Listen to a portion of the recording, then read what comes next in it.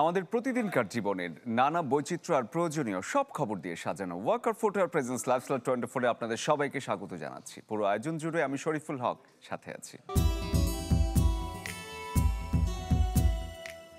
ঈদটা যখন কোরবানির, তখন তো ঘরে একটা ফ্রিজ থাকা চাই। দর্শক যারা ভাবছেন নতুন মডেলের ফ্রিজ কিনবেন, আয়োজনের শুরুটা করব তাদের নিয়ে। বাজার ঘুরে কেমন সুবিধা আর কনফিগারেশন নিয়ে কি মডেলের ফ্রিজ আছে, সাথে জানাবো কেমন দামে মিলবে সেসব। প্রতিবছর ঈদ মৌসুম এলে ফ্রিজের চাহিদা বাড়ে কয়েক গুণ। খাত সংশ্লিষ্টদের মতে সারা বছরের 2/3 ফ্রিজ বিক্রি হয় ঈদকে ঘিরে, বিশেষ করে ঈদ উল আজহার সময়টায়। বর্তমানে শহর এলাকার পাশাপাশি দেশের উপজেলাগুলোতেও আছে ফ্রিজের ব্যাপক চাহিদা। ক্রেতার আস্থায় আছে নানা ব্র্যান্ডের পাশাপাশি দেশীয় মিনিস্টার ফ্রিজ। একটি ফ্রিজ কিনে কাস্টমার একটি গরু জিতে নিতে পারে এবং একটি ফ্রিজ জিততে পারে। এছাড়াও রয়েছে আমাদের বিশাল ডিসকাউন্ট, সাথে নিশ্চিত উপহার তো রয়েছেই। ঈদ ঘিরে গ্রাহকের চাহিদা থাকে বিভিন্ন আকারের ফ্রিজের। সেই চাহিদা মোতাবেক ওয়ালটন বাজারে এনেছে 50 লিটার থেকে 660 লিটার পর্যন্ত সব ক্যাটাগরির ফ্রিজ। আমরা আমাদের এআই ডক্টর সহ স্মার্ট যে টেকনোলজি, আইওটি বিশেষ করে আমরা বেশি ফোকাস করেছি। আমাদের তরুণ যে জেনারেশন, ওরা তো এখন নতুন বায়ার, ওরা এই ব্যাপারগুলো অনেক বেশি এক্সাইটেড যে আমি আইওটি রিলেটেড ফ্রিজগুলো কিনবো বা এআই রিলেটেড ফ্রিজগুলো কিনবো। সেই জায়গাতে আমরা ফোকাস করেছি, আমাদের রিসার্চাররা ফোকাস করেছে। বিদ্যুৎ সাশ্রয়ী ইনভার্টার প্রযুক্তি, মোবাইল অ্যাপ দিয়ে নিয়ন্ত্রণ, ব্যাটারি ব্যাকআপ এবং স্মার্ট কনভার্টেবল ফিচারে বদলে যাচ্ছে ফ্রিজের জগৎ। প্রযুক্তির ছোঁয়ায় গ্রাহক পাচ্ছেন সিঙ্গার পণ্যে আরও টেকসই এবং আধুনিক সমাধান। বেশ কিছু মডেল আমরা এনেছি 355 লিটার পর্যন্ত রেফ্রিজারেটর। সো এই রেফ্রিজারেটরগুলো আসলে অনেক বড় সাইজের। সো এই প্রোডাক্টগুলোকে অনেক বেশি কাস্টমাররা পছন্দ করছেন এবং নিচ্ছেন। রিজন হচ্ছে ক্যাপাসিটিটা অনেক বড়। এছাড়াও বিভিন্ন ব্র্যান্ডের মতো ভীষণও চলছে ক্যাম্পেইন এবং আকর্ষণীয় অফার, যা গ্রাহকের কেনাকাটাকে করছে সহজ এবং সাশ্রয়ী। একটা রেফ্রিজারেটর কিনলে একটা কমন গিফট পাবেন, এটা আমাদের বা মোটামুটি বাংলাদেশের সকল গ্রাহক জানে। আমরা একটা ফুল ঝুড়ি একটা অফার দিই। একটা র্যাফেল ড্র হবে, প্রতি সপ্তাহে একবার করে র্যাফেল ড্র হবে। 2 জন করে লোক উমরা অথবা পবিত্র স্থানে, হিন্দুর পবিত্র স্থানে যেতে পারবে। এই প্রোগ্রামটা আমাদের খুব ক্লিক করেছে ইতিমধ্যে। একটা সময় ফ্রিজ ছিল শুধু খাবার সংরক্ষণের মাধ্যম, কিন্তু বর্তমানে ফ্রিজ মানুষের জীবনযাত্রার অংশ।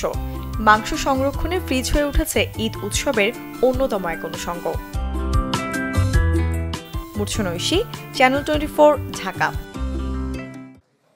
ঈদ কিংবা উৎসবে উদ্যোক্তাদের সরাসরি পণ্য মেলে ধরার প্ল্যাটফর্ম মেলা। রাজধানীর বেইলি রোডে চলছে ঈদকে ঘিরে তেমনই এক উদ্যোক্তা মেলা, যেখানে চলছে নানা পোশাক অনুষঙ্গের বিক্রিকে ধুম।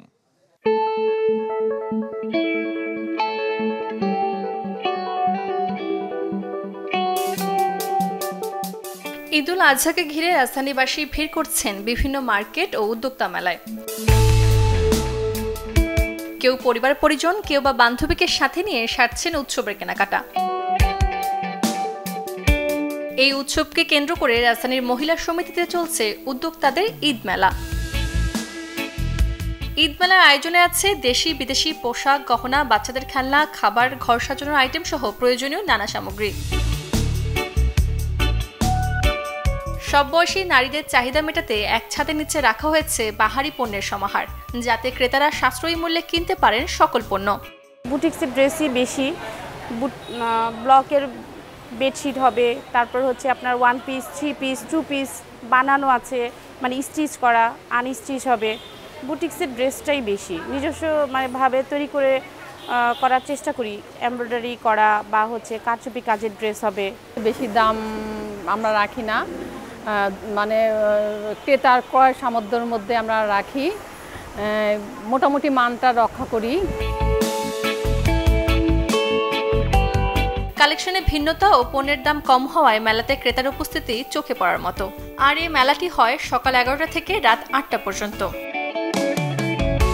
সূচনা হাসান, চ্যানেল 24, ঢাকা।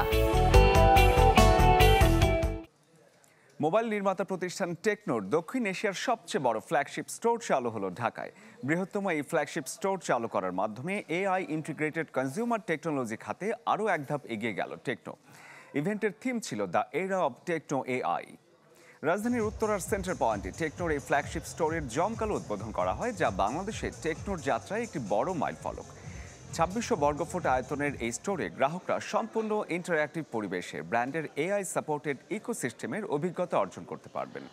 পাশাপাশি ইনোভেটিভ প্রোডাক্টের মাধ্যমে mega mini gaming G1, pocket go TWS, AI smart চশমা, ডাইনামিক ওয়ান স্মার্ট ওয়াচ এবং স্মার্টফোন, ট্যাবলেট এবং ডিভাইস সহ সবকিছু এক্সপেরিয়েন্স করার সুযোগ পাবেন।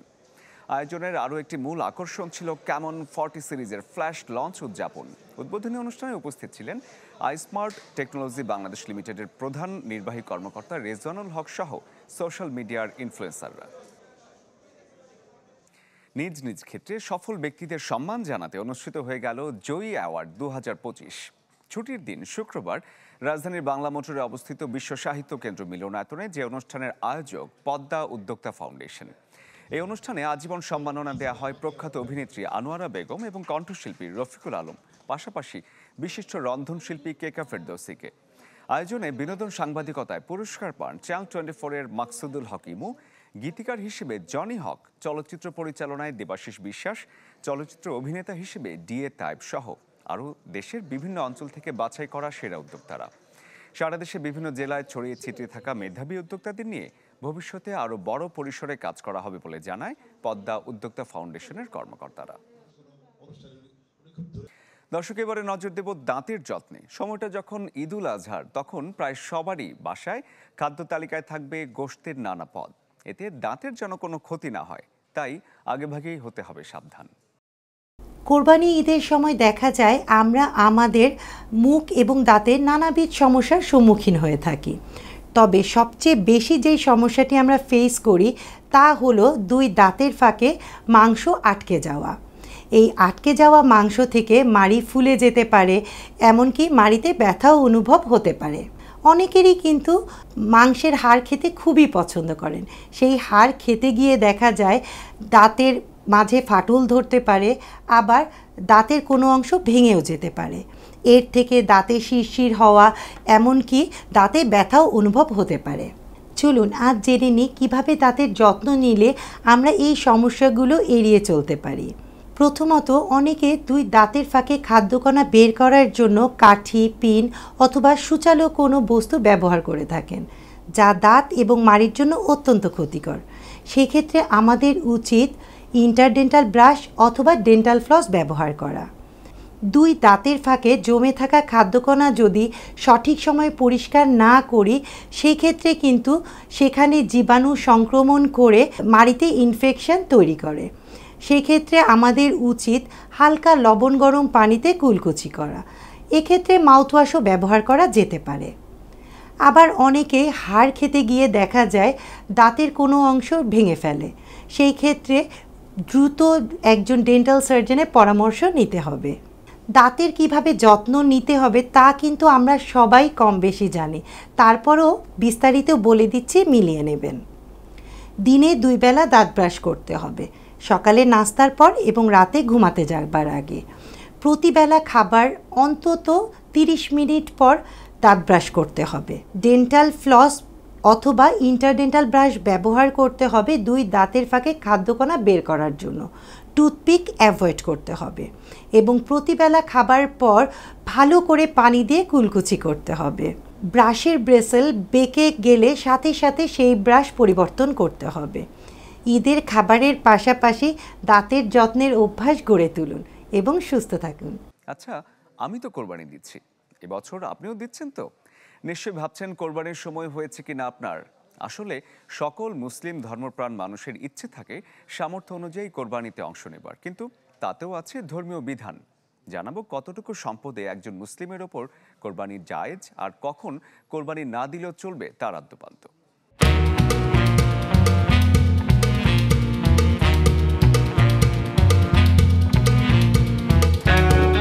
চারপাশে তাকালেই এখন শুধু কোরবানির পশুর হাঁক ডাক। শহরে বসেছে কোরবানির পশুর হাট। সবার এখন কোরবানির ঈদের প্রস্তুতি নেয়ার পালা। তবে ধর্মীয় দৃষ্টিকোণ থেকে নির্দিষ্ট করে দেয়া আছে কাদের ওপর ওয়াজিব এই গুরুত্বপূর্ণ আর্থিক ইবাদতটি। কতটা সম্পদ থাকলে কোরবানি দিতে হয় সেটাও পরিষ্কারভাবে বলা আছে। সামর্থ্যবান পুরুষ এবং নারীর ওপর কোরবানি করা ওয়াজিব। এখানে সামর্থ্যবান বলতে বোঝানো হয়েছে বছর ঘুরে যার কাছে নেসাব পরিমাণ সম্পদ অবশিষ্ট থাকে, যদিও সম্পদের নেসাবের হিসাবটি জাকাত দেওয়ার ক্ষেত্রে খুব পরিচিত। তবে কোরবানি কবুল হওয়ার ক্ষেত্রে সবচেয়ে গুরুত্বপূর্ণ হচ্ছে পশু কেনার টাকায় এক বিন্দু পরিমাণ থাকতে পারবে না অবৈধ উপার্জন। হালাল এবং বৈধ উপায়ে অর্জিত সম্পদ থেকে সামর্থ্য অনুযায়ী খরচ করে কিনতে হবে পশু। সবচেয়ে ভালো হয় নিজ হাতে পালন করা পশু মহান আল্লাহর নামে কোরবানি করা। এতে কোরবানির মূল যে উদ্দেশ্য, সৃষ্টিকর্তার কাছে নিজেকে সমর্পণ, তা হাসিল হয়। প্রচলিত আছে নারীদের কোরবানি না দিলেও হয়, কিন্তু স্বর্ণ বা রূপার অলংকার অথবা কিছু অলংকার এবং কিছু নগদ অর্থ থাকার কারণে তাদের অনেকের ওপরই কোরবানি ওয়াজিব হয়ে যায়। তাই বিশেষভাবে নজর দিতে হবে এই বিষয়টিতে। শরীফুল হক, চ্যানেল 24।